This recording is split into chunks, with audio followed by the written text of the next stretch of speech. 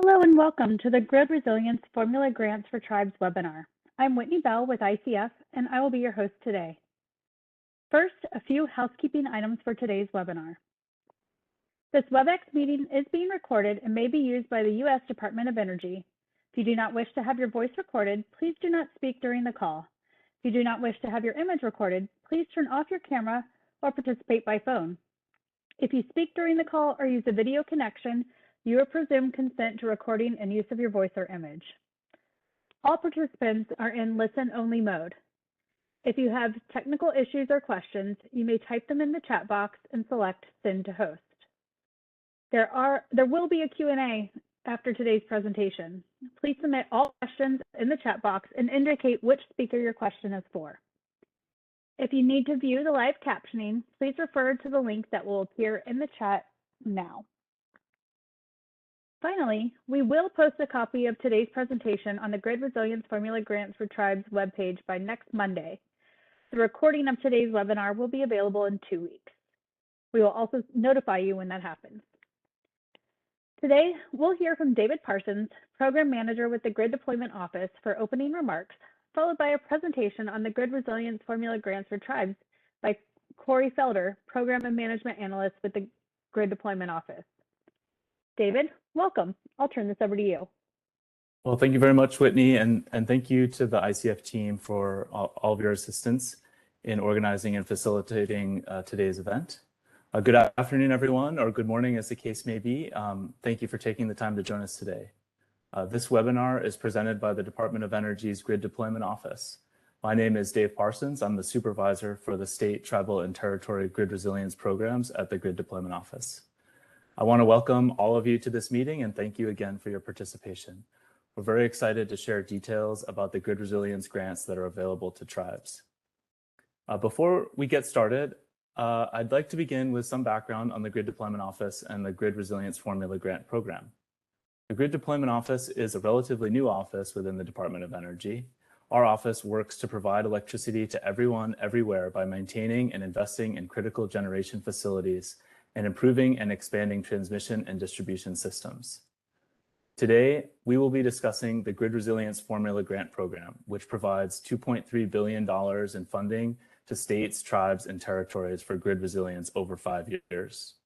This program is designed to strengthen and modernize the power grid against wildfires, extreme weather, and other natural disasters exacerbated by the climate crisis. The grant funding is intended to support projects that reduce the likelihood and the impacts of these kinds of disruptive events. And the first 2 years of funding total over $180 million dedicated specifically to tribes, including Alaska Native Village Corporations and Alaska Native Regional Corporations, and the funding is available now. This program offers a formula grant, so funding is allocated to each tribe and there is no competition among tribes to receive the grant. This is a tremendous opportunity to obtain federal funding to help advance tribal grid resilience goals.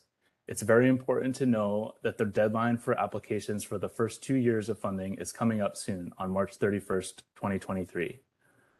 We will talk more about the requirements and how to apply during this webinar, but I want to emphasize the importance of getting an application in before the deadline. This will secure your funding allocation for the first 2 years. If a tribe misses the deadline, it can still apply for funding in future years, but we don't want tribes to miss out on the first 2 years of funding that is available. Finally, I just wanted to express my appreciation for the dedicated team at the Grid Deployment Office and our partners at the National Energy Technology Laboratory that are developing this program. Our team has been working tirelessly for the past several months to reach the tribes and increase awareness of this opportunity and help to answer questions about the program and the application process. In particular, I wanted to acknowledge Homri Aoki, who leads our tribal engagement efforts, along with Emily Barrett, Corey Felder, Tom King, and Michelle Zemplenny at the Grid Deployment Office, as well as Jay Hanna and Eddie Christie and their team at the National Energy Technology Lab. We have also received invaluable support and guidance from our leadership at the Grid Deployment Office, including Pat Hoffman, Whitney Muse, and our director, Maria Robinson. You may have heard from some of us already, and you'll hear from several members of the team on this webinar today. As tribes continue to prepare applications, our office is available to assist.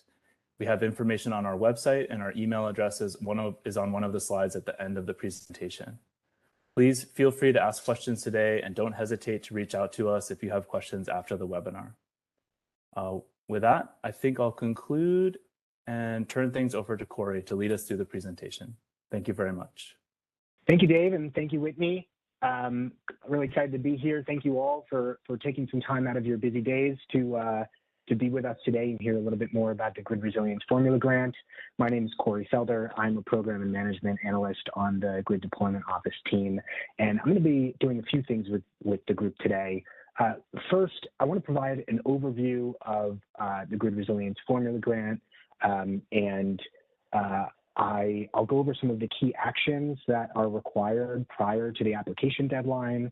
We're going to take a brief navigated tour of the GDO website to understand where some of the key materials are. We've been getting a lot of similar questions, so we wanted to repeat some of those back to you and survey some of the responses that we've been giving to questions that are coming up pretty frequently from tribes. And then finally, my colleagues and I want to spend some time answering your questions that you have about the program and any assistance that you need in leading up to the application.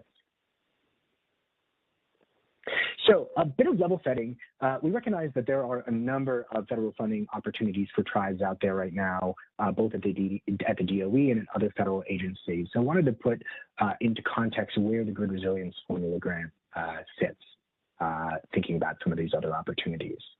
The Bipartisan Infrastructure Law, also known as the Infrastructure Investment and Jobs Act, provided the Department of Energy with several different types of resilience funding opportunities.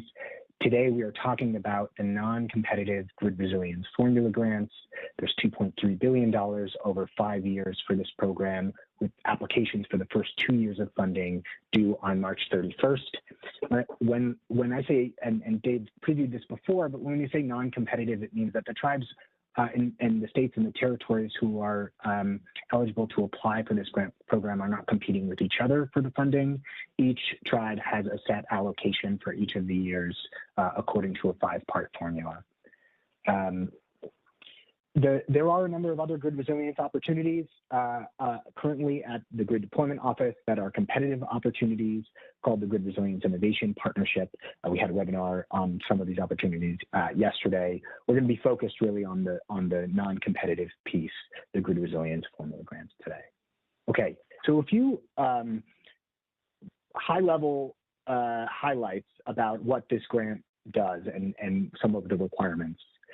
First, again, this is a non-competitive grant. It's focused on projects, investment projects that will reduce the likelihood and consequences of electrical outages or electric system outages due to disruptive events like extreme weather, wildfire, natural disasters. As Dave said, the application deadline for the first 2 years of funding is coming up fast, March 31st, out of the full 5 years of funding. We encourage tribes to apply by the deadline to secure the funding, even if they are not entirely sure what specific projects they'd like to invest in yet. We'll cover this a little bit more in depth later, but the applications that we are asking for by March 31st don't need to include those project specifics. Rather, the application is a process-oriented application. We're asking a lot about how the tribe plans what process the tribe plans to use to distribute the funding and what objectives are driving some of the resilience investments. We've made sample application templates and a number of other resources available on the website, which we'll cover in a little bit. And then finally, there are subgranting and cost match requirements for applicants under this program that we'll cover in more detail in just a moment. Okay, taking a step back and thinking about the goals of this program. Grid Resilience Formula Program is being driven by 4 strategic goals of Congress and the administration. The first here that you can see, demonstrate measurable improvements in grid resilience in an all-hazard setting and mitigating climate-related risk. Investing in grid modernization, investing in clean energy and decarbonization solutions, and then creating good-paying jobs. These are some of the overarching goals that are being informed by the administration and Congress and driving this program. So getting specific about the allocations, we talk about this as a non-competitive grant funding program. It is for states, tribes, and territories. For tribes, $96 million is available for the first year, for fiscal year 2022, with $85 million available across tribes for fiscal year 2023, and then approximately that amount for the remaining 3 years of the program.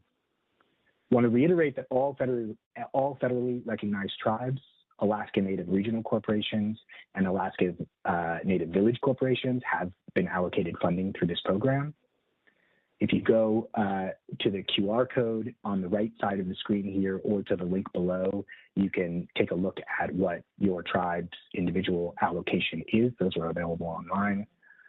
Just to give you a sense of sort of the landscape of the tribal allocations for the first 2 years, most tribes have allocated between $100,000 and $500,000, but the broader range of funding goes from about $50,000 a year to $5 million a year.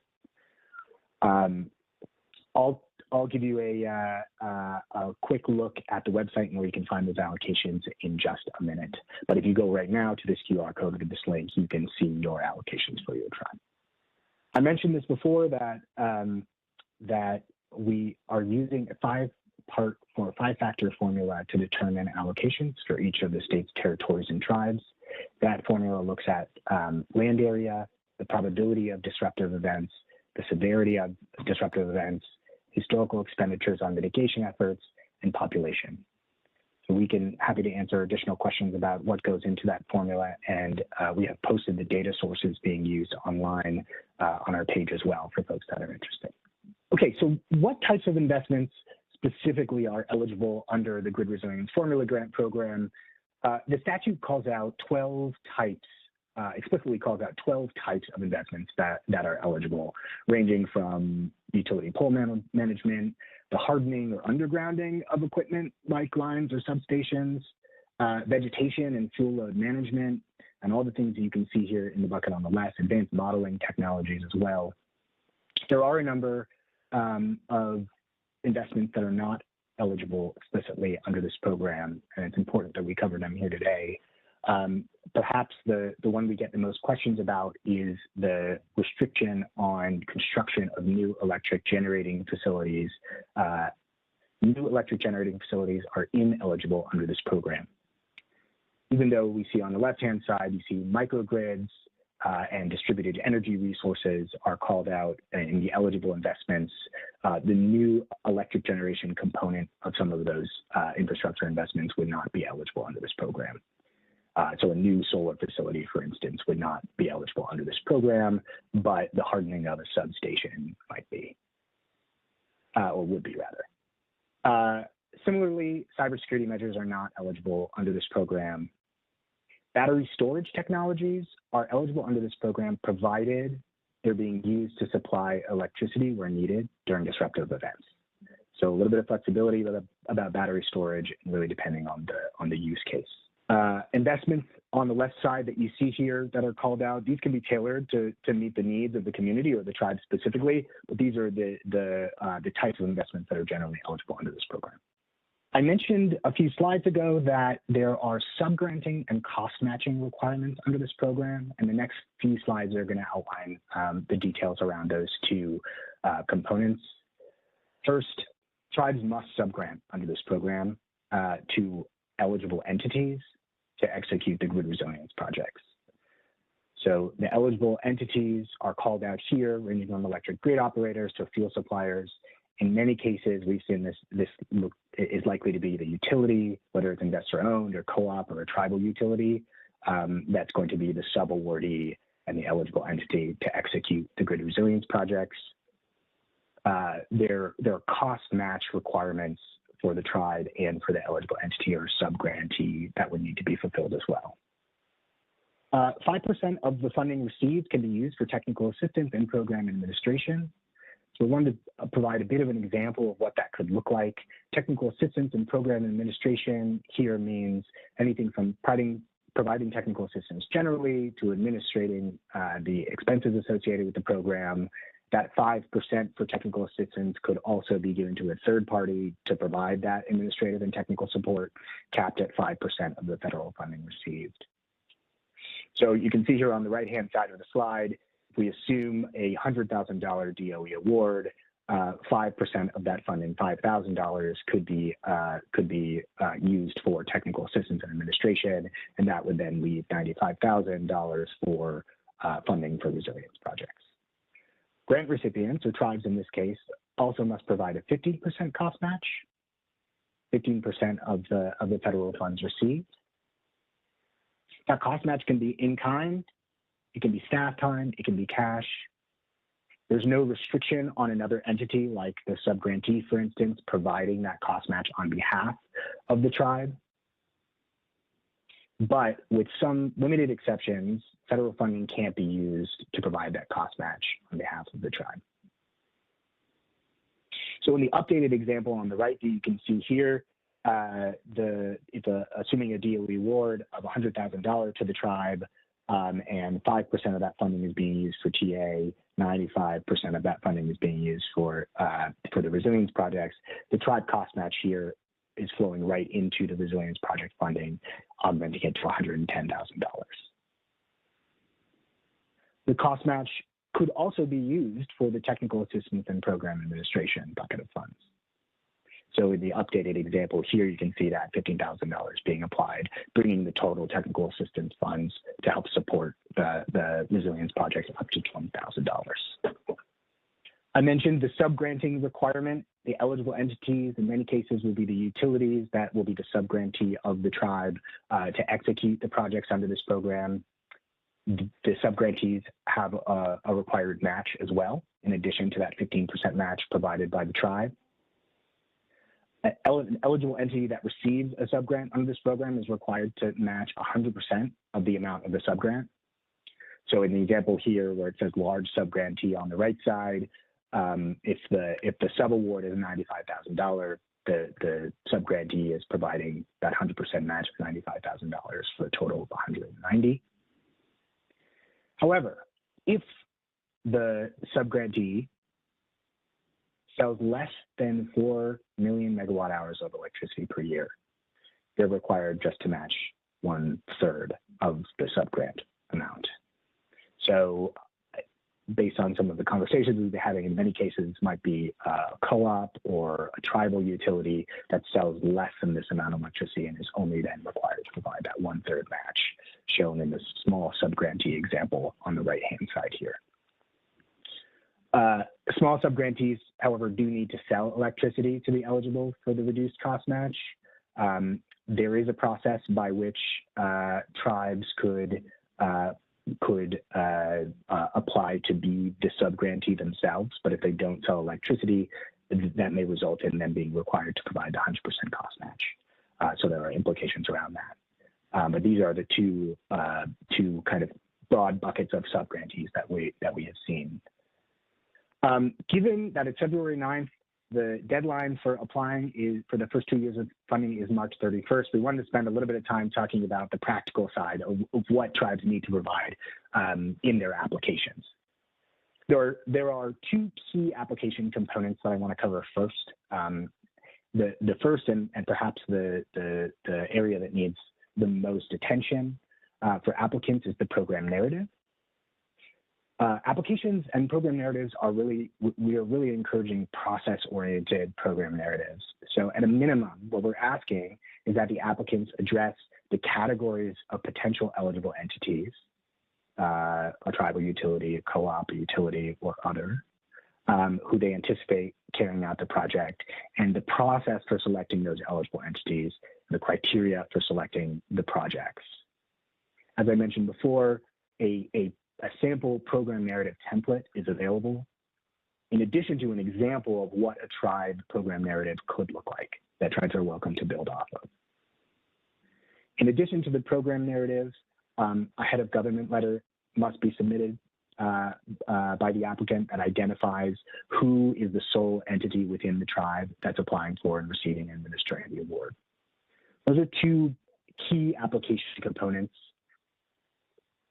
If we get a little bit more specific, about the program narrative in particular, these 7 things on the slide here are what we are asking for. So again, process-oriented, we want to know what are the objectives that are driving the resilience investments in a tribe's application, what are the metrics, they can be provisional, that tribes are planning to use to track those investments or measure the success of those investments. What are the criteria the tribe wants to use for selecting and determining the awards for the eligible entities, and what's the process that you plan to use to distribute those funds and award them. There is a required description of how the application is meeting the equity requirements provided in the statute. So how the tribe will ensure that they address quality jobs, prioritize community benefits, and then maximize project benefits across disadvantaged communities. How the tribe plans to use the technical assistance funds capped at 5%, we discussed before. And then critically, the description of a public notice and hearing that has been conducted prior to the application being submitted. To that end, I just want to highlight, prior to March 31st, that public notice and public hearing does need to occur. So while there aren't many restrictions about what that public notice and public hearing need to look like, it's really an opportunity for the tribes or the applicants more generally to get feedback on the proposed program narrative, or at least the components of the proposed program narrative. In just a minute, I'm gonna take a break here from sharing these slides, and I'm gonna take us on a quick tour of the website, make sure we know where all of the materials to apply are. I did want to highlight on this last slide, though, that for the public hearing, we encourage tribes to think kind of strategically about how they want to conduct the public hearing and what they want to include. A public hearing that addresses, say, all 5 years of the program and puts it in that context wouldn't necessarily need to be repeated each year of the program. So that's one way that tribes can think about streamlining the number of public hearings that they'll need to have. There are some other tips that I'll cover in just a minute about how to think kind of strategically about these applications, given that they are process-oriented and that we are not asking applicants to specify the projects that they plan to pursue that will come after these applications go in. Okay. Before I move on to some of the commonly asked questions, I did want to take us on a tour of the website. Here you can see the QR code and the link to the landing page for the Grid Resilience Formula Grants. We're going to cover what some of these links here on the right-hand side take you to and what you can find at them in just a minute. But I'll give folks a second if they want to use the QR code on this slide to get to the site themselves or the link that's there. So if you've gone to that link, you'll see, you hopefully can see the landing page on the Grid Deployment Office website for the Grid Resilience State Tribal Formula Grant Program here. We're actually here in this webinar right now that you can see here on the right-hand side, but if you scroll down the page, you'll see 2 drop-downs. The first is application resources. This is the first one I want to cover. As you go about pursuing your application, the first thing you may be interested in being aware of is the actual documents and instructions for how to complete the documents. I have now clicked on that an application forms and templates link, which has taken us to the page that includes many of the templates that you will need to complete the application, and an option to download all of those forms all at once, if that's helpful. That includes the program narrative template that I mentioned before. That is a template you can use in developing your program narrative. The second link here, I mentioned before the allocation of the grants to states and tribes. If you click on that link, it will take you to the National Energy Technology Laboratory landing page for the application documents. And you can see here, if you scroll down on the page, a few things, but that includes the allocations for 401(d) formula grants and the data sources used for formula allocations. So if you click on the allocations for formula grants, you will see, as I mentioned before, the allocations themselves for each of the states, the territories, and then here the tribes for fiscal year 2022 in the first column, and then fiscal year 2023 in the second column. Coming back to the GDO landing page, I want to highlight just a few other resources that are here. The administrative and legal requirements document is the detailed overview of all the requirements of the program. If you click on that, that will also take you back to the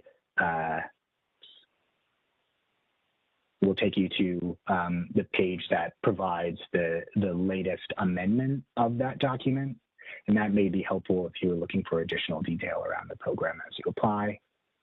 Perhaps more immediately relevant for many folks is the frequently asked questions document that we've provided that answers a lot of commonly asked questions about the program and in terms of eligibility, the public hearing, the cost match.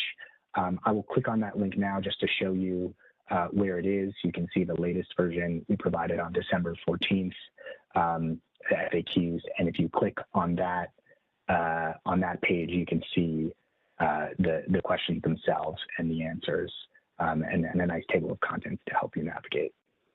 Last, but definitely not least, of the things that I wanted to share here on the GDO landing page, I'll come back to the GDO landing page for those who are with me here, is the example program narrative. So in addition to the template program narrative that provides the description of things that need to be covered in the program narrative, we have taken feedback from many of the folks we have talked to and developed an example program narrative that actually provides sample objectives, metrics, and other pieces of the program narrative. Tribes are welcome to use this example narrative and build off it and tailor it to their own circumstances. But I wanted to make sure that folks were aware that it's here. It's actually on the website in two places, but if you go again to the application assistance and example program narrative, you can find it there. That's a very quick tour of the website and sort of how you can find some other things. There's an abridged version, as you can see here back on the GDO landing page, of the frequently asked questions as well, and a fact sheet about the program as one of the links here in case you want to communicate with others about it.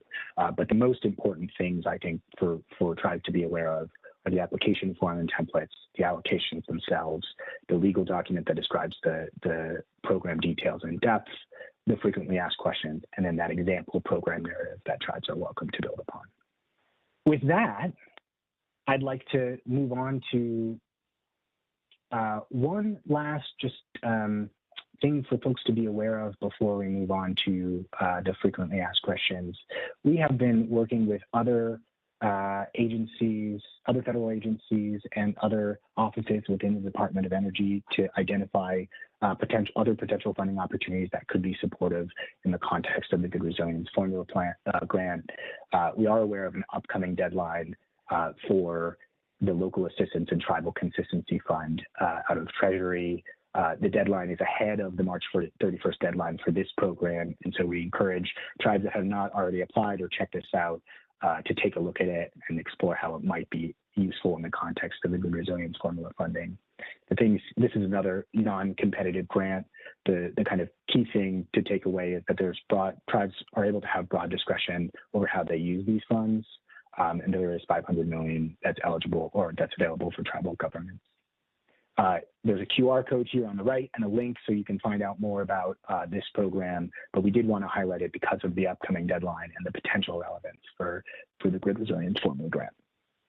On to the long-promised FAQs.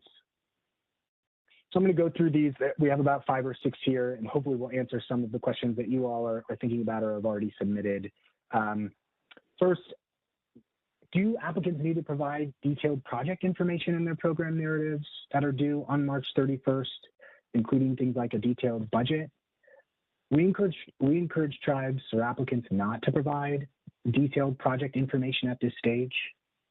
As I mentioned, these program narratives are process-oriented, and we encourage tribes to focus on the process that they will use for instance, selecting the grid resilience projects or the eligible entities who will be providing those projects, executing those projects.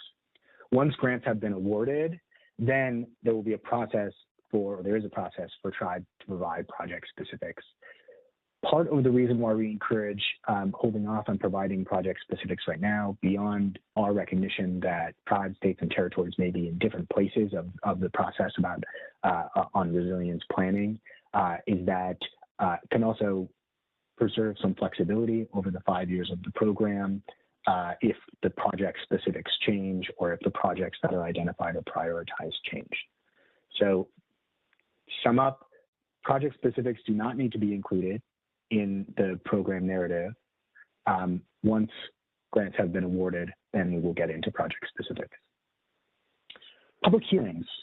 So what requirements do tribes need to satisfy to satisfy the public hearing requirement ahead of the deadline? The purpose of the public hearing here is to get comments from a diverse set of stakeholders on the criteria and the methods that are being contemplated in the program narrative for the Grid Resilience Grant Program. The statute is not prescriptive, and our intention is not to be grading anybody on their public hearing. Instead, we encourage applicants to issue notice and conduct a public hearing in a way that is most appropriate for their community or tribe. So the one requirement here is that public hearing process must happen before March 31st. And then again, just to encourage, as you think about how you want to hold that public hearing, thinking about the full lifetime of the program rather than just the first year or the first 2 years can allow for some streamlining in later years and not having to repeat that public hearing again. We've gotten a lot of questions about the use of Self-Determination Act funding for the cost match. You may remember before I said that with some very limited exceptions, other federal funding opportunities can't be used for the cost match under 401(d), the Grid Resilience Formula Grant Program. Tribes may use Self-Determination Act funding for the cost match under this program, as long as that contract contemplates the use for funds for activities that are eligible under this program. Can 2 tribes or more tribes combine some or all of their grant funding to collaborate on a project that provides benefits to all of the tribes? The answer is yes. Multiple tribes can award funding to eligible entities that are collaborating on a resilience project using their combined allocations and required cost match, as long as each of the tribes involved in that collaborative effort finds that project would provide the greatest community benefits in reducing the likelihood and consequences of disruptive events, and the project aligns with the objectives under the Grid Resilience Formula Grant Program.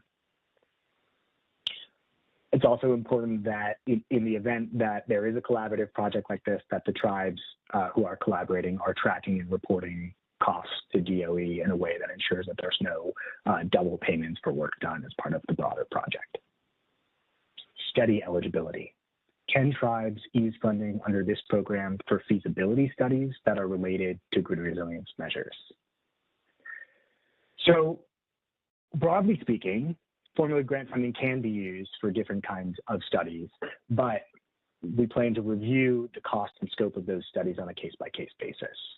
Generally speaking, if the study is that's being performed is more exploratory and comparing different options, then the amount of funding being used for that kind of study will be capped at the 5% that technical assistance and use that technical assistance funds.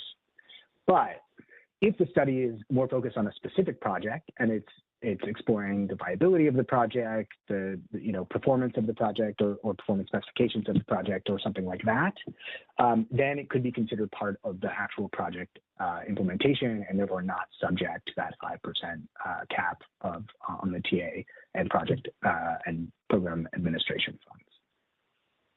So to sum up, we'll be tackling study eligibility more on a case-by-case basis, but I've offered some general guidelines for what the types of studies that might be eligible for project implementation versus subject to that 5% cap. Can tribes accumulate multiple allocations, annual allocations over the 5 years of the program, for instance, until they have enough resources to do a larger project? The answer here is yes. It is possible that tribes can accumulate their annual allocations until they have sufficient funds to do the projects that they have prioritized. We do require, in order for that to happen, that the program narrative identify a strategy that involves accumulating those multiple years of funding to initiate the project. And then the work does need to happen within the period of performance, which starts at 5 years for the investment under this program. So yes, it is possible to accumulate those. And again, we encourage tribes to think strategically about the full 5 years of the program as they consider their program narratives for year 1 and 2 that are due on March 31st. That's all I have at this moment for frequently asked questions. I'm sure, as we said at the beginning, my colleagues and I are here to help answer or clarify anything that still needs clarifying that wasn't clarified in this presentation. Please don't hesitate to ask us any question that you have. Thank you so much. And Whitney, I think I'll pass it back to you from here. Yep, that sounds great. Thank you, Corey. As Corey mentioned, we now have time for Q&A. So as we stated before, please submit your questions to the host via the chat box on the right. In the you'll write host or select host and send them in. We have a couple of questions that are coming in now, which is great. I'd also like to welcome some additional grid resilience formula grants for tribe staff to join us for the Q&A. We'll be joined by Jay Hanna with the National Energy Technology Laboratory and Emily Barrett, Senior Power Systems Research Engineer at the Pacific Northwest National Laboratory. And we'll also be bringing David back here from the beginning. So let's get everyone up here. And it looks like we've got everyone here. So let's go ahead and get started with some of these questions that have been coming in. So the first one, Jay, is actually going to be for you. For the application, should we develop a budget that includes both years of funding or just 1 year of funding? Okay, so your application does not include a detailed budget. The only budget information will be the SF-424, which is the application for federal assistance, and you're just simply requesting the sum of the year 1 and the year 2 allocations. And then also you'll be showing the 15% cost match on that amount. And then post-award, you'll be providing your planned budget within 45 days of after you receive the grant. You'll need to provide your planned budget to DOE for that amount. But you do not need to provide that with your application. Great, thank you. I hope that answered your question. The second question here is for you, Corey. Someone had noted, I assume a public hearing can take place at a monthly tribal council meeting. Is that correct?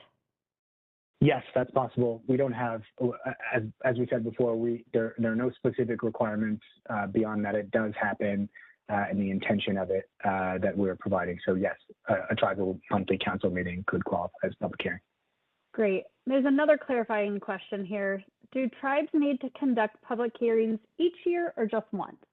And Corey, I think that's more directed towards you.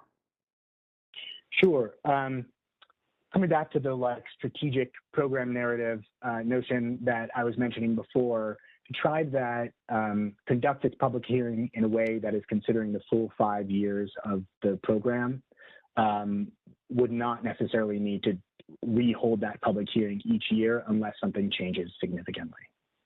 And Jay or Emily, if you have, or Dave, if you have things to add there, feel free.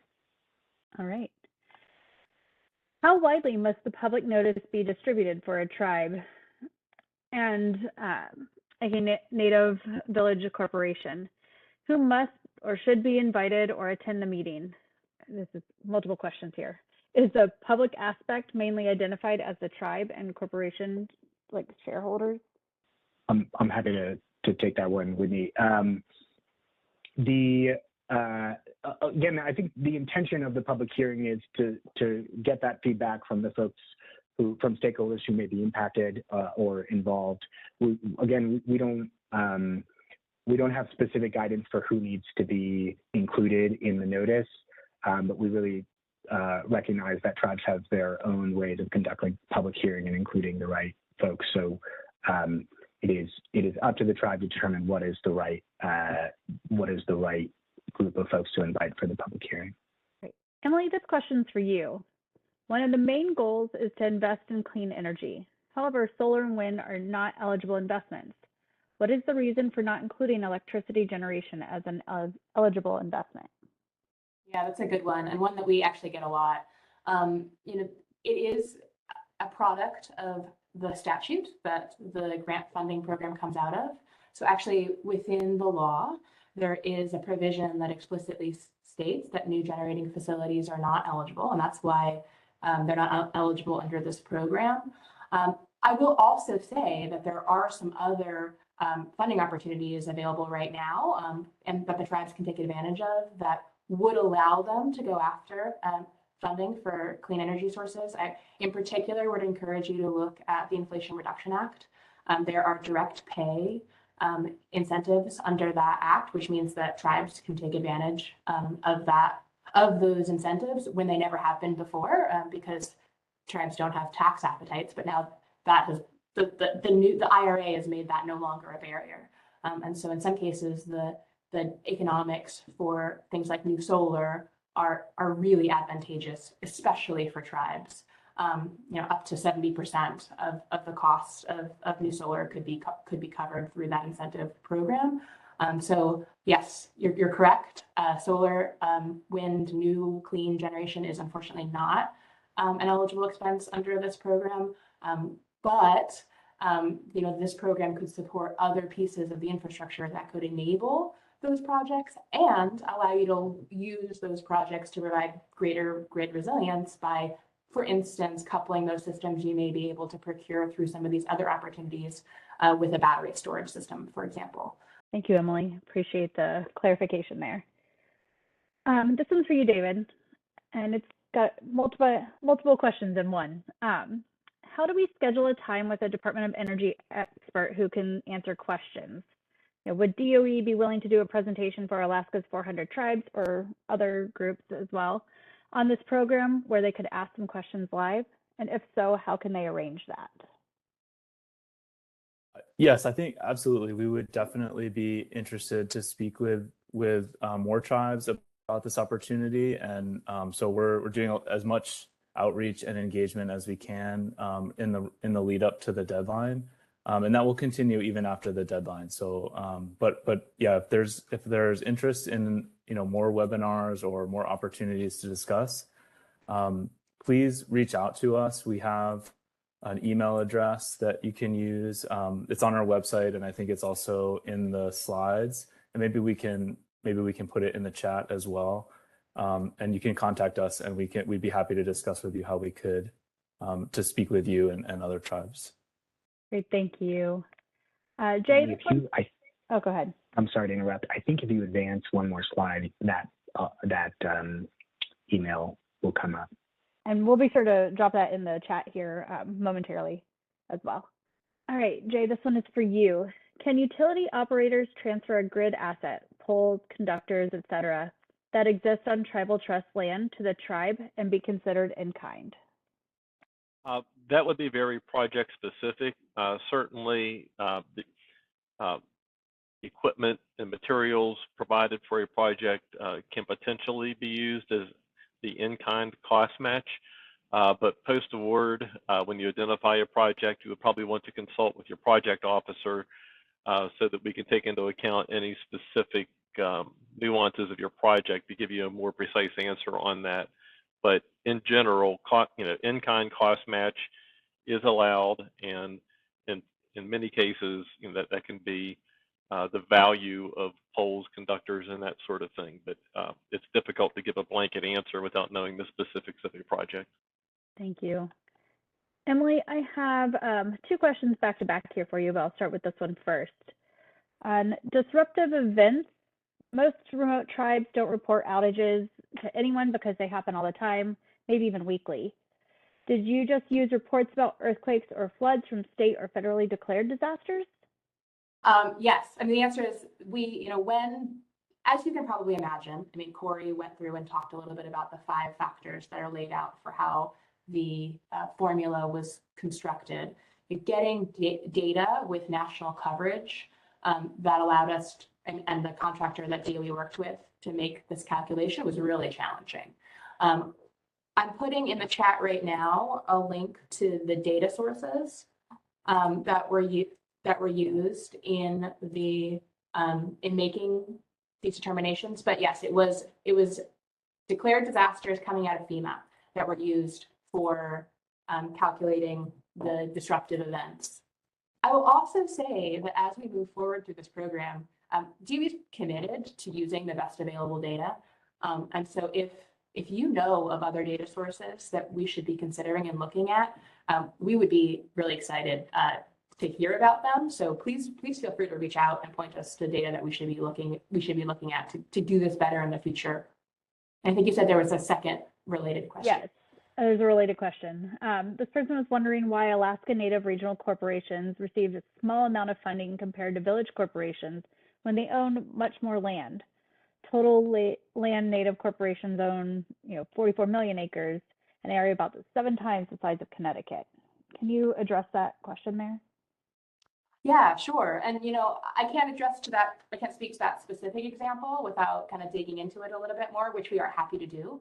So if you wanted to share your specifics in an email with us, we can certainly dig more into it.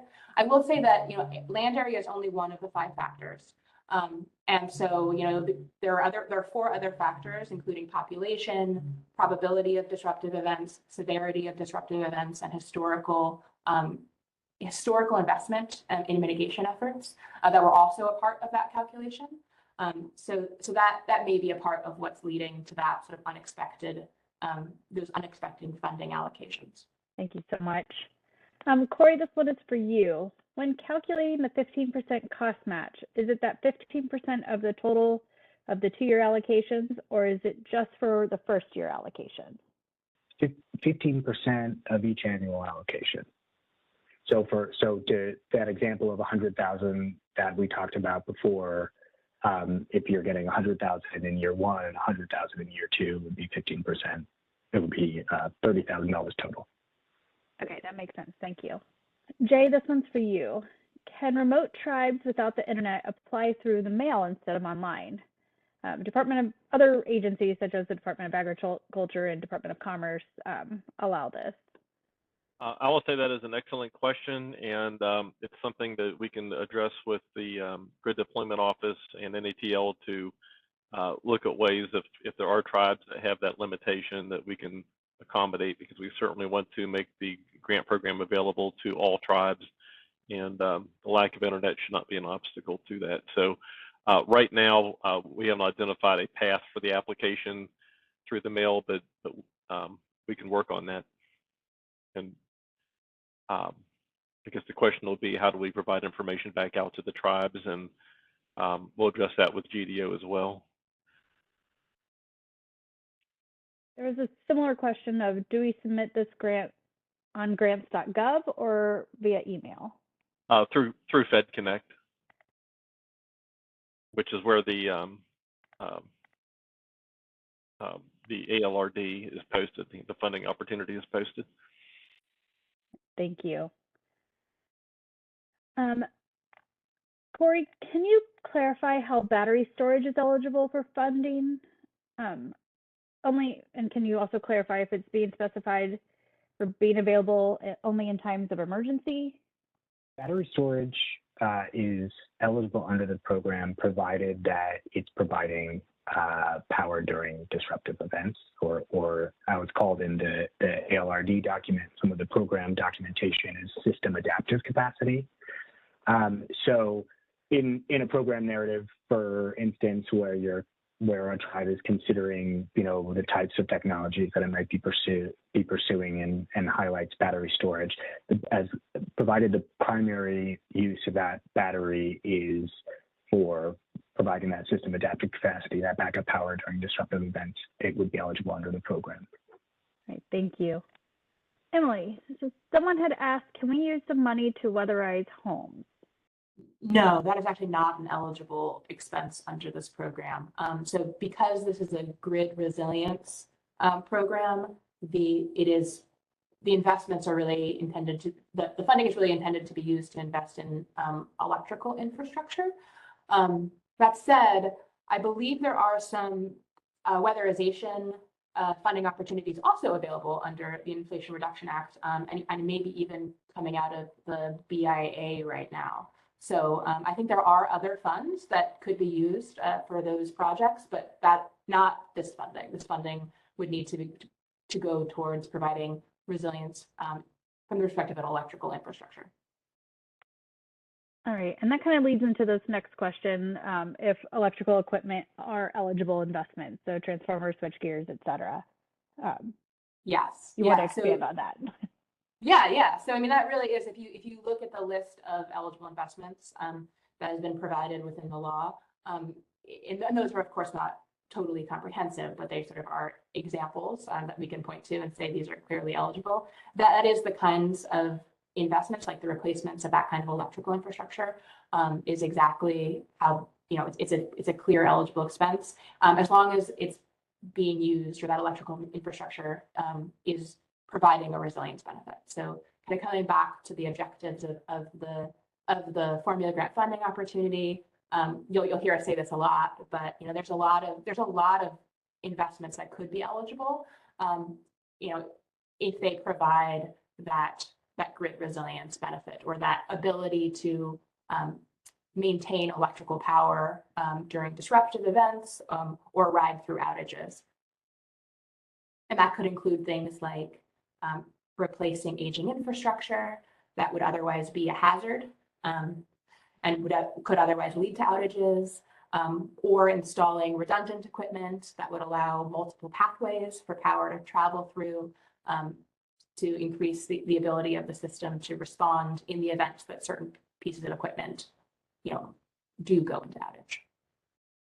Great, thank you for clarifying that. Jay, could you describe the eligible entities and how tribes and their enterprises can be determined to be eligible? Sure. The eligible entities are defined actually in the statute, and there's 6 types of eligible entities: electric grid operator, electric storage operator, electricity generator, a transmission owner or operator, a distribution provider, or a fuel provider. And then there's one more type, and that would be any other relevant entity as determined by the Secretary of Energy.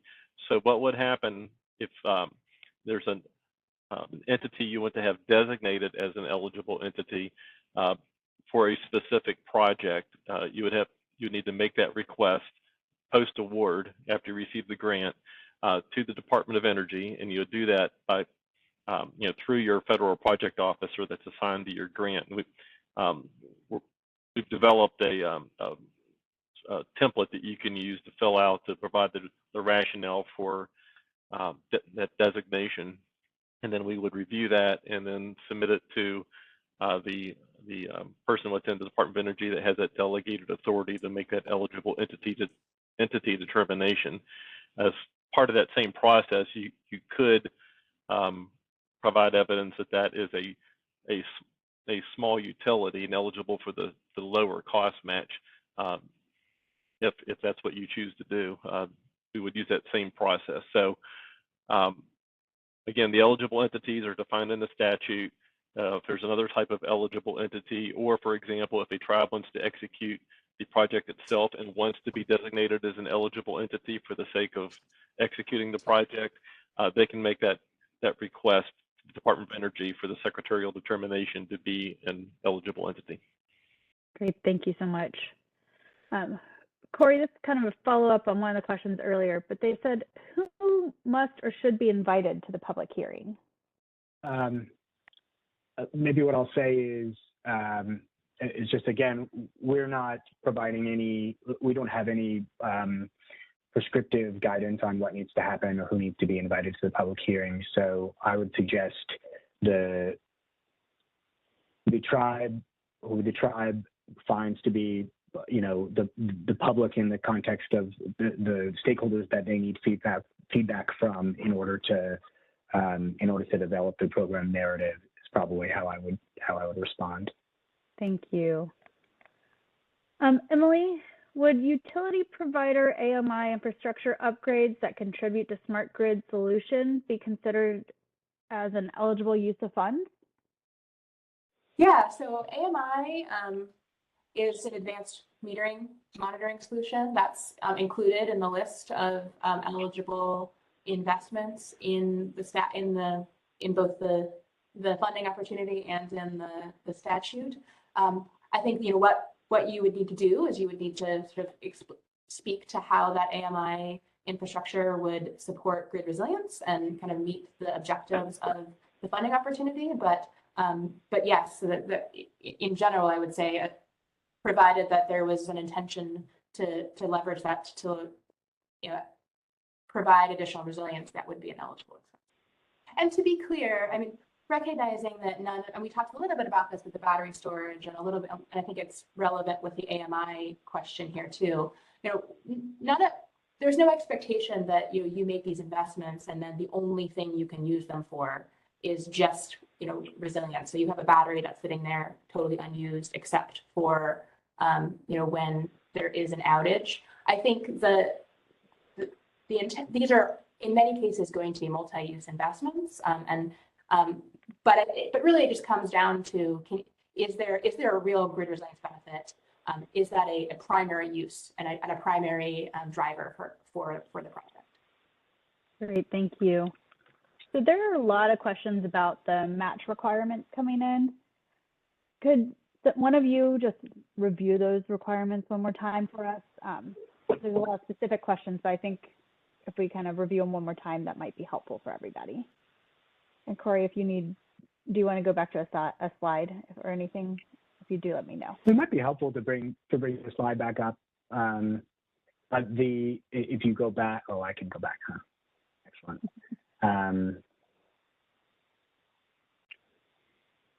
So let's start here. Grant recipients, so the tribe in many cases are responsible for 15% cost match of that on an annual basis. So $100,000 in year one, $15,000 for the cost match for the tribe for that year. Subgrantees, so the eligible entities, let's say it's a large utility in this case that sells more than 4 million megawatt hours of electricity. They would then be responsible for 100% of the resilience of the subaward. So in this case, the subaward is $95,000 because the tribe has presumably taken 5% and used it for technical assistance. The tribe has separately provided that $15,000 cost match. The subgrantee is eligible for an additional 100%, so an additional $95,000. For a small subgrantee who sells less than 4 million megawatt hours of electricity per year, that subgrantee match is only 1/3. So for $100,000, so the same situation, $100,000 DOE award, 5% is carved out to use for technical assistance and program administration, leaving $95,000 for the subaward for resilience projects. The small subgrantee would be responsible for $32,000, 1/3 of that subaward. For as Jay was responding to before, if a tribe decides to go through the process, so the grant recipient does not sell electricity, but it wants to be designated as an eligible entity to execute the project on their own. If they don't sell electricity, they may be responsible for that full 100% cost match. Hopefully that helped clarify a little bit.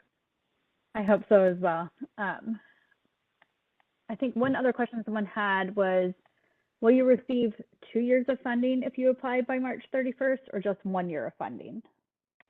If your application program narrative, it's 2 years of funding is the short answer. The 2 years of funding are available. You can apply for both years of funding.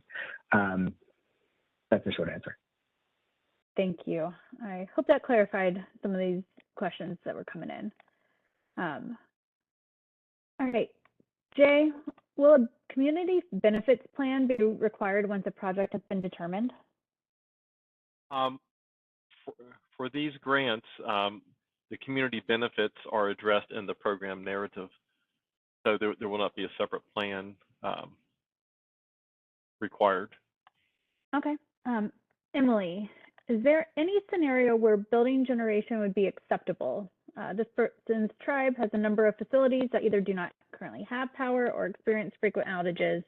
They would like to build microgrids to solve these issues. Yeah, currently our interpretation and understanding of law is that there is really no getting around the new generation facility question. One of the things that I will say is that, what this funding could be used for is everything about a microgrid with the exception of that new generating facility. So some of the things that I've heard, speaking to tribes who are kind of thinking through where, this funding might fit in helping them meet some of those goals. They may be pursuing new generation under the Infrastructure Investments and Jobs, under the Inflation Reduction Act. So they may be going after other funding sources for the new generation component of a microgrid. And then this funding could be used for the battery backup, the battery storage component of that, as well as any of the electrical infrastructure outside of the generation facility itself that would be required to allow you to operate that system in the event of a grid outage. So unfortunately, the answer is no. There's really no, we have not found a way to get around the new generation prohibition. But this funding could be used in conjunction with some of the other funding to support a larger project that could meet those goals. Thank you. All right, Corey, that's a little bit long, but I think it will be beneficial. Under grid infrastructure and resiliency in the IIJA, grants can't be used for construction of a new electric generating facility, but distributed energy resources like microgrids are allowed.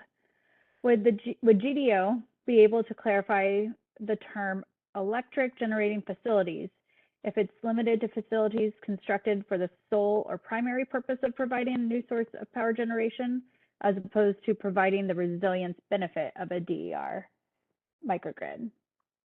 Just building off of Emily's last comment there on new generation assets or generation assets, given the way that the statute is written and the legal guidance that we have, new generation facilities are ineligible. So if I'm understanding this question correctly, there would be no distinction unless it's at sort of the project level, but there wouldn't really be a distinction between the new generation for resilience and the new generation generally. Both would be ineligible under this program, but the other components of the microgrid that are not the generation components could still be eligible. Yeah, the only technology that I'm aware of that produces power that is eligible is energy storage. So that could be a battery, that could be really any other kind of storage capability, but not something that generates electricity independently. For continuing to clarify that, I appreciate it. So for planning purposes, and this is to whomever would like to answer this one, could DOE set out the criteria for how tribal enterprises who are not utilities be considered for qualification as an eligible entity? Do you want to take that one, Jay, since you did a similar one before? Basically, you'll just have to make a request and provide a justification of why it is in the benefit of the tribe for whatever entity to be designated an eligible entity. And again, we will have developed for you a template that you can use. We're not making this in a particularly difficult process for you to undergo, but you would be asked what type of an entity it is, and why is it in the interest of the tribe, the best interest of the tribe, for this entity to be designated an eligible entity for the particular project that's being proposed. I'll defer to Corey or Dave or Emily if they have anything else to add to that.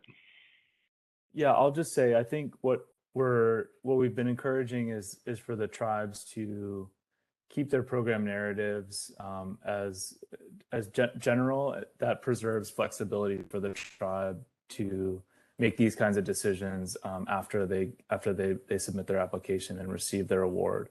And our office will work with the tribes to help them sort of through some of these decisions about eligible entities and how to designate and how to make these kinds of requests, how to work through the cost match questions, and when eligible entities have identified, or when the tribes have identified the kinds of projects that they want to use the funding for, we can assist in kind of navigating through those different processes and requirements.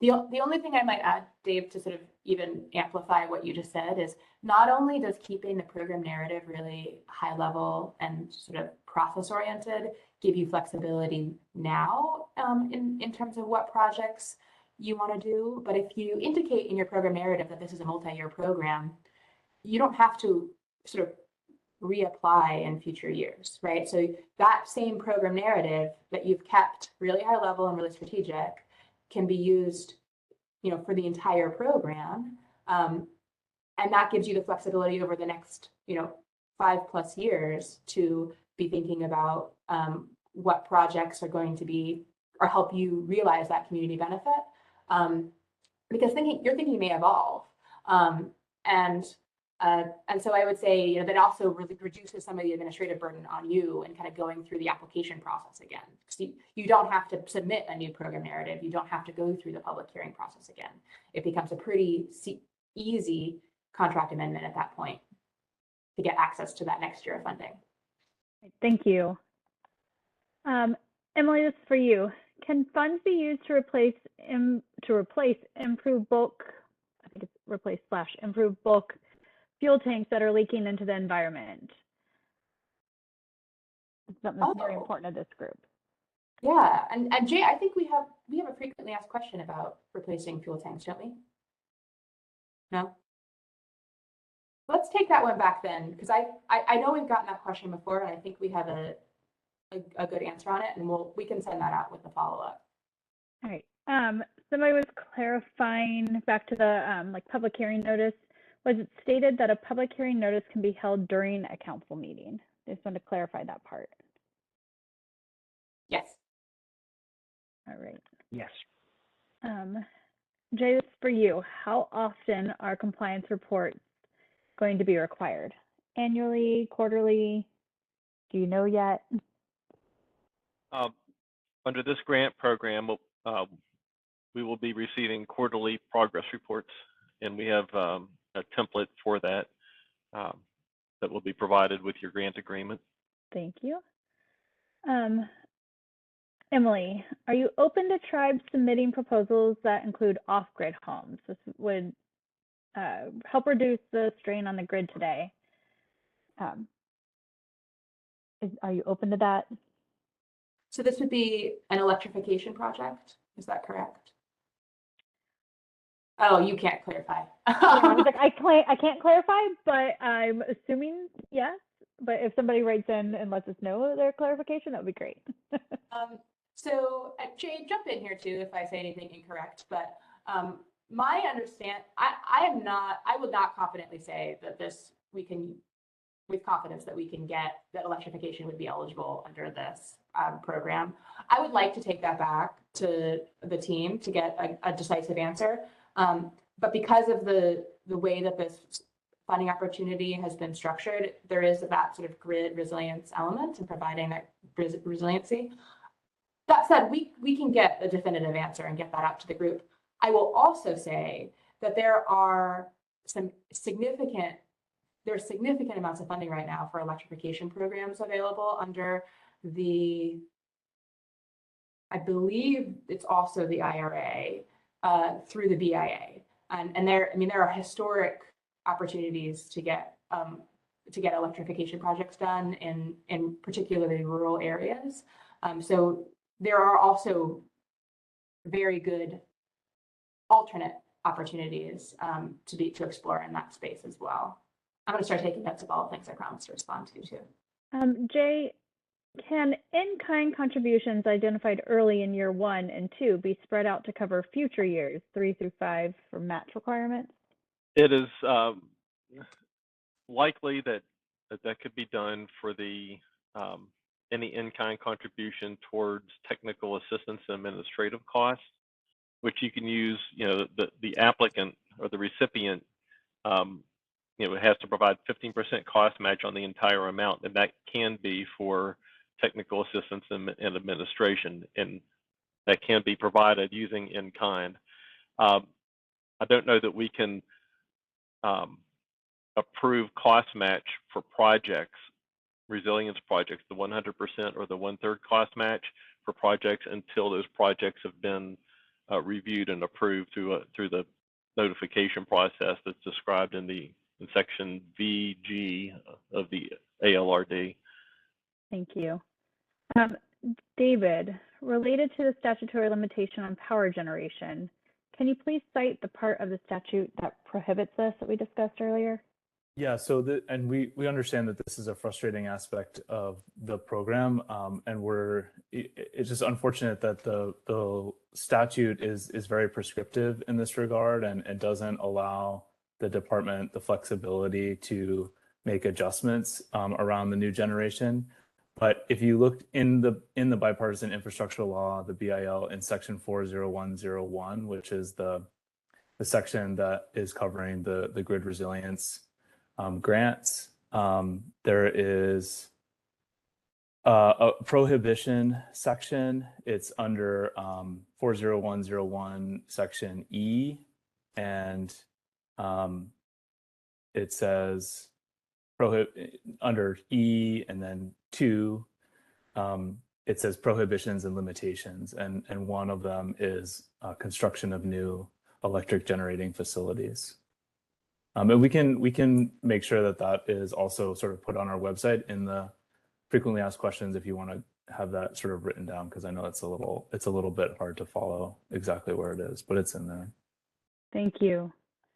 Jay, I've kind of got a two-parter here. So just to confirm, a tribe can receive their allocated funds on an annual basis for the next 5 years, correct? And then they were wanting to know, how long will it take you to process the applications after March 31st? Okay. So in your initial grant application, as Corey mentioned, you'll be requesting year 1 and year 2 allocations. Based on your application, we will award you a grant. It'll be for the amount of the sum of the year 1 and year 2 allocations, assuming that's what you request, and it'll have a 5-year period of performance. Next year, once your grant has been awarded, next year there'll be a process where you can request your year 3 allocation, and when you make that request, we will amend your agreement, your grant agreement, to increase it by the amount of that year 3 allocation, and then we will extend the period of performance 1 year, and then in year 4 we'll do the same thing. Year 5 will do the same thing. So the grant will continue to be extended, because we understand that there's a tail end on these projects. That some of these are going to take several years to complete potentially. So we'll continue to extend the period of performance on the grant each year when we add your annual allocation based upon your request for that allocation. As far as when we'll make the initial grant agreements, the awards, we've already received applications, and we hope to start making grant awards hopefully by the end of this month. And then we're going to continue to process applications as they are received. And if the application comes in and it's clean, it's complete, you'll receive the grant sooner. If it requires some corrections, or if there's missing documentation, we will work with you on that to make sure that we collect all the necessary information to make the award, but that might cause some delays. Of course, there's 850 or so potential applicants. We don't know how many actual applications we'll get. So, we'll be making grant awards probably into the summer. And so it's essentially first in, first out in terms of how we make the awards, and the applications that are clean and complete will likely get processed quicker because it'll require fewer iterations. I hope that answers that question. I think it does. Thank you so much. Emily, this is kind of more of a statement. If you would like to respond to it, this one had said, for many Alaskan communities, we are not interested in building new generation facilities. Just give some repairs to generators and prevent outages. I think this is also related to one of the questions earlier. Can you elaborate a little bit on how that relates here? Yeah, and we do believe that there is more flexibility to make upgrades to existing generation facilities, and in the way of replacements or repairs to provide resilience and prevent outages. So I would encourage you to, I think there's a good chance that those would actually be eligible expenses under this funding opportunity, and that'll be something you'll have an opportunity to work with your contracting officer to work through once you have your application in and the award is done. So, Jay, can a tribe designate a tribal organization to which it belongs to, to which it belongs, to apply for the grant for them? Or do they just need a letter designating that the tribal organization, sorry, I'm trying to word this correctly as I read it. Do they just need a letter designating that the tribal organization is an eligible entity? Not sure I entirely follow that question, but I'll give what I think is an answer. So with your grant application, the tribe can designate the applicant on behalf of the tribe. Maybe that will be a tribal-owned utility. That's up to the tribe. If the tribal utility is the applicant and the grant recipient on behalf of that tribe, then it's quite possible they already meet the definition of an eligible entity. And many tribal utilities, if it's like a distribution electric utility, it's quite likely they are a small utility. So they would already meet the definition of an eligible entity and may execute projects themselves, potentially with the lower 1/3 cost match that applies to a small utility. If the tribal government itself is the applicant and then the recipient on behalf of the tribe, and it is not a utility, then and it wants to execute the project, it would have to go through the process to be designated an eligible entity. And it's quite likely it would not be a small utility, because if you do not sell electricity, then you're not going to qualify as a small utility. So then you would have the 100% cost match on the resilience project that you're implementing. So I hope that answers the question. Or if somebody else, Emily, Corey, or Dave. I potentially heard a slightly different question. So okay. In case my interpretation was correct, I will also throw out an answer. And if we all throw out answers, maybe we'll get the right one. So I think the other potential way that question was framed at was, can a tribe have somebody else or an organization actually submit an application on behalf of the tribe? And the answer is yes. So if another organization were going to support the tribe and submit the application, that would be fine. They could even provide the technical assistance portion of the funding and get supported through those technical assistance dollars. What isn't possible is another organization outside of the tribe, so could not receive the funding on behalf of the tribe. So ultimately, the tribe itself will need to be the organization that receives the funding and takes ownership of the grant once it's awarded. Thank you. I like that you both had different takes on it. So hopefully one of those will answer the attendee's question. So Corey, this is for you. What happens to the money that tribes don't apply for? Is it reallocated? So tribes that don't apply for these first 2 years of funding with application to March 31st, the remaining funds, the unapplied for funds, will be redistributed across the tribes in the third year of the program. So what it means for any particular tribe is that if you don't apply this year, you won't have an opportunity to recoup the full amount for years 1 and 2. Rather, you'll end up probably getting a portion of that amount in the third year because it'll be redistributed across all of the tribes. Thank you. We also have another matching question. This for you, Corey. Does a tribe need to provide the 15% match in addition to that of the subgrantee match? I believe the answer, if I understand the question correctly, is yes. There's a few scenarios that you can imagine here, though. Let me see if I can help explain. The first and maybe the most direct answer to the question is that for, say, a $100,000 award, the tribe would be responsible for matching 15% of that $100,000, so $15,000, and then the subgrantee would be responsible for, the large subgrantee, for instance, for matching an additional 100% of the award. So if the subaward is $100,000, then that's an additional $100,000. So $100,000 from the subgrantee and $15,000 from the tribe would be both components of the cost match. I believe we said earlier, there is nothing precluding the subgrantee from providing the cost match on behalf of the tribe.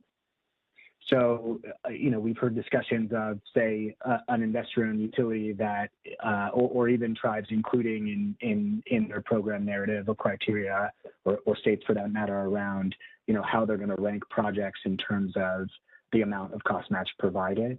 So what you could have is that a utility, the subgrantee, says, I will provide the 15% cost match on behalf of the tribe. So they are providing both that 100% cost match that they're responsible for, plus the tribe's cost match. That would need to be worked out with that subgrantee themselves, whether they would be willing to do that. But those are two scenarios for how the cost match might work. Great, thank you. So we are coming up on our time. Do you all have any closing remarks that you would like to give before I wrap everything up for everyone? I will just very quickly say a question that I sometimes get that I didn't hear, but will clarify just in case somebody happens to have it, is sometimes tribes will ask whether the projects need to be on trust land. And the answer is no, they do not. The projects do not need to be located on trust land. As long as the tribe has discretion to determine what projects will provide benefit to the tribe, and that can be on or off trust land. All right, any other closing remarks here of any questions that you may have want to answer that we didn't get to? I'll just emphasize again, and thanks, Whitney. I'll just emphasize again that we really encourage all the tribes to get their applications in and at least secure the funding, and then we can work with tribes to help identify projects or work through the process to make the investments later. So it's really important to get your applications in, and also just to say again that we're here to help and we're here to assist. And so if you have questions or if there's anything else that comes up, please reach out to us. We have our contact information, and we'd be happy to meet with you to discuss your situation or to help you in any way that we can. But other than that, we really appreciate everybody's time and participation, and thank you to Corey and Emily and Jay for helping to field all the questions, and to everyone for joining us today. Yes, I'd like to echo that. Thank you, David, and thank you to all of you. That was a great Q&A session. Thank you for coming, attendees, with all of your questions ready.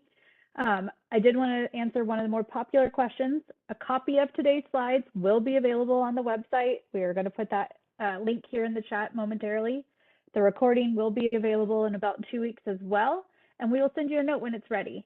Again, David, Corey, Jay, Emily, thank you so much for your time today, and thank you to everyone for participating. I know this is a long time and we really appreciate it. Take care, everyone, and we will see you next time.